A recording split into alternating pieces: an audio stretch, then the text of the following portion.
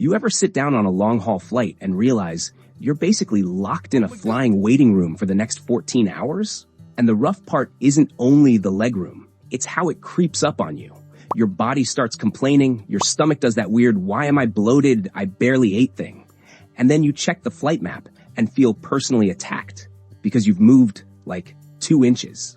But because of price, timing, or whatever the airline left available, you still end up in economy. So how do you keep it budget friendly and make a long flight feel way more manageable?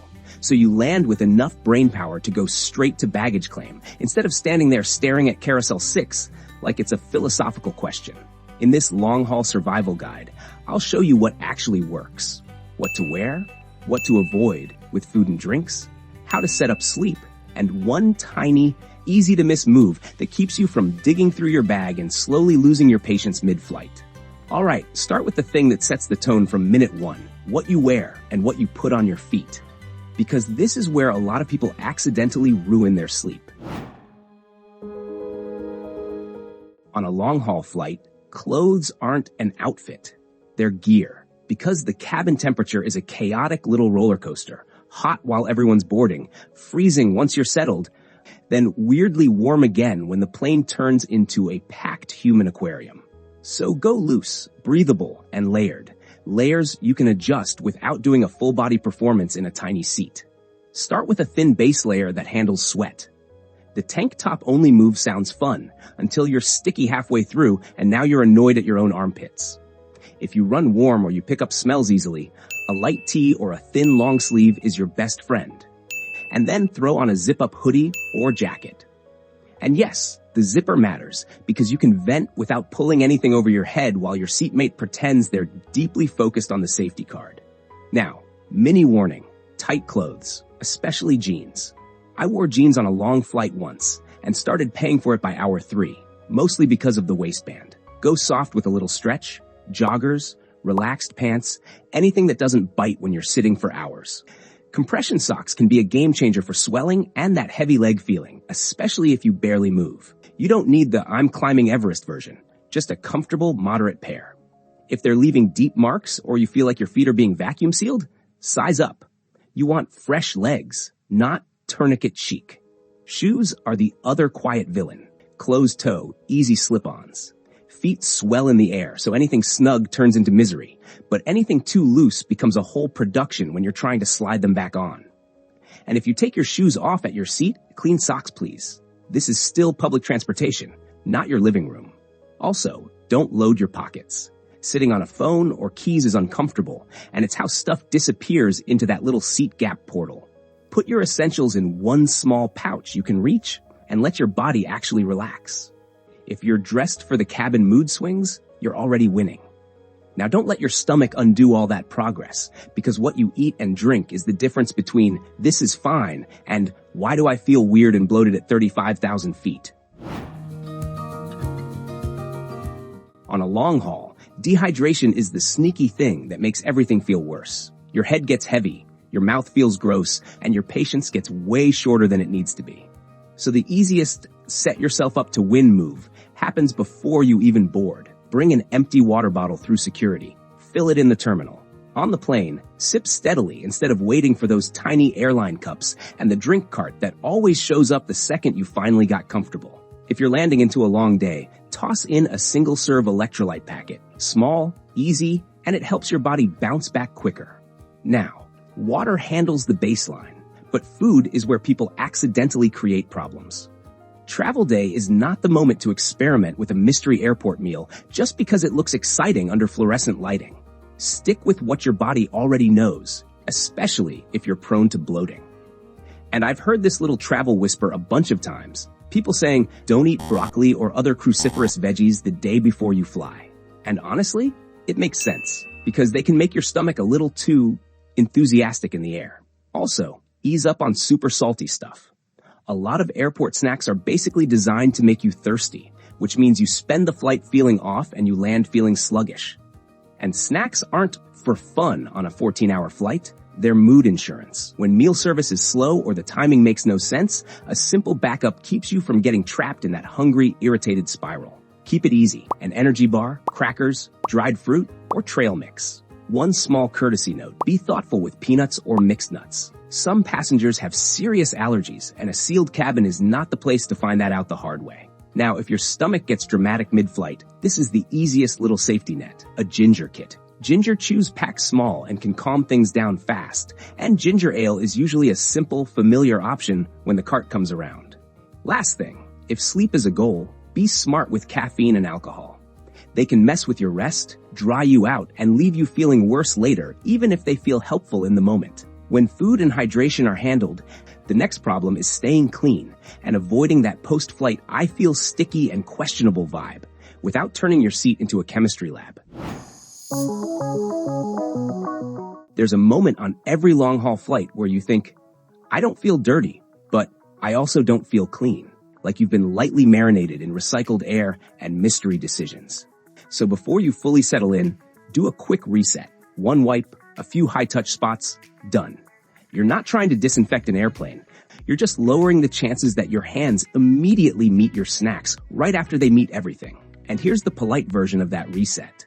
Go easy on strong scents. If you can, use wipes that aren't heavily fragranced and skip the heavy perfume cologne move. In a cabin, it spreads like gossip, and you never know who has asthma, migraines, or just a sensitive nose. Bring a tiny zip bag for the used wipes and little trash too. Otherwise, you end up holding a damp wipe like it's your newest travel companion.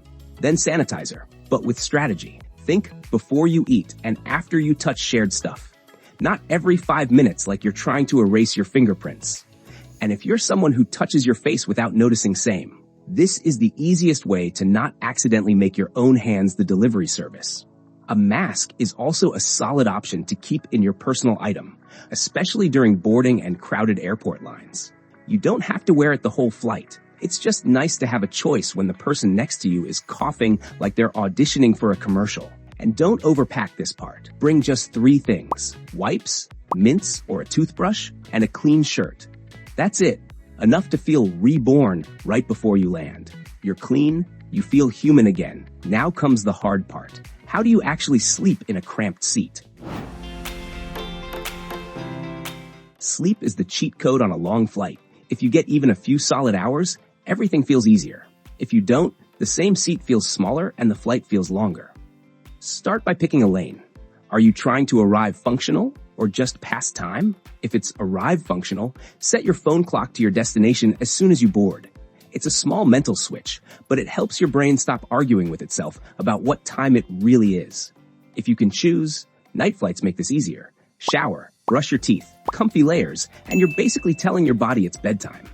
Daytime long hauls can still work, but then you have to control light. Don't doom scroll for 2 hours and expect your brain to magically shut off. Swap to low stimulation stuff. A book, calm audio, or a guided meditation you download ahead of time.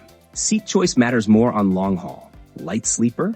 Avoid being near the lavatories or the galley if you can. Too much foot traffic and door noise. Aisle is great if you like getting up, but you'll get bumped by carts and people. The window gives you something to lean on and fewer interruptions, but you're climbing over neighbors if you pee a lot. No perfect seat. Just pick the annoyance you can tolerate. For the sleep kit, think dark, quiet, and stable. A blackout eye mask with deep cups is huge if you hate fabric touching your eyelids. Earplugs or noise-canceling earbuds help, and earbuds usually sleep easier than big over-ear headphones. Neck pillows are personal. Some people love the wraparound turtle style.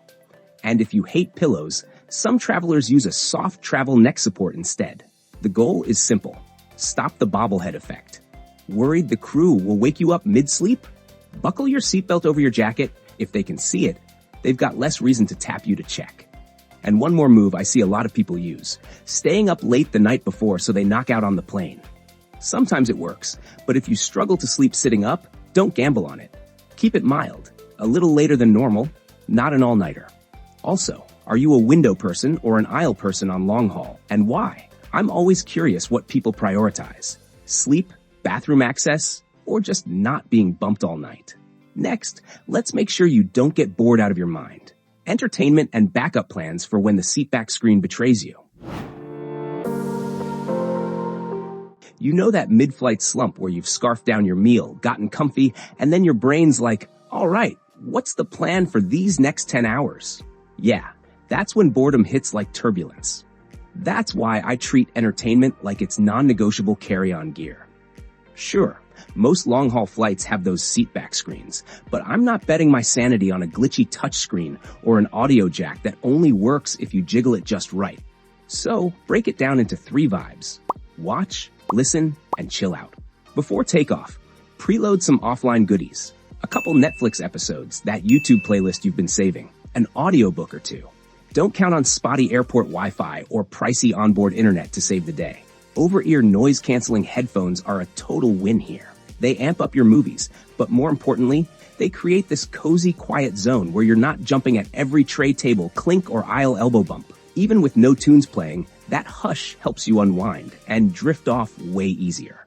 That said, heads up, for some folks, over-ears can start pinching or causing ear pain on super long flights, so steer clear of models with heavy clamping force that squeezes your ear rims.